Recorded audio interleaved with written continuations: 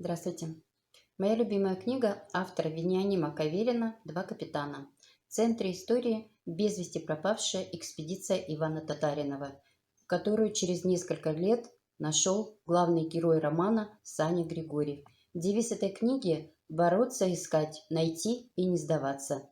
Роман был несколько раз экранизирован. Рекомендую к прочтению. Мен жақсы көрем кітаптарды. Кітаптарды оқулықтарға барып жазым тұрады. Қан мен теріні оқимын. Мен кітаптарды жақсы көремін.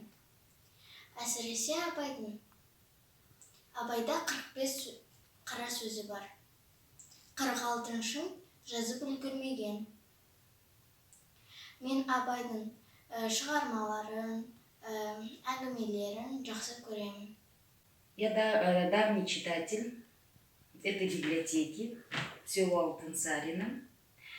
Читаю уже давно, часто прихожу, беру книги, очень интересные книги, особенно новые книги, которые тут на казахском и на русском языке. В данный момент читаю Мухтара Уэзова «Лихая гадина».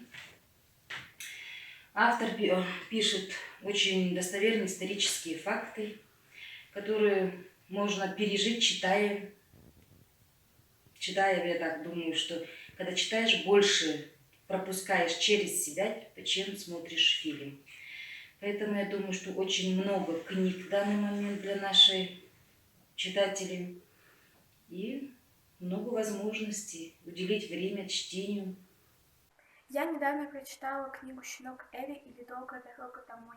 Я советую всем ее прочитать, она увлекательная, захватывающая, легко читается, а самое главное, она учит дружбе.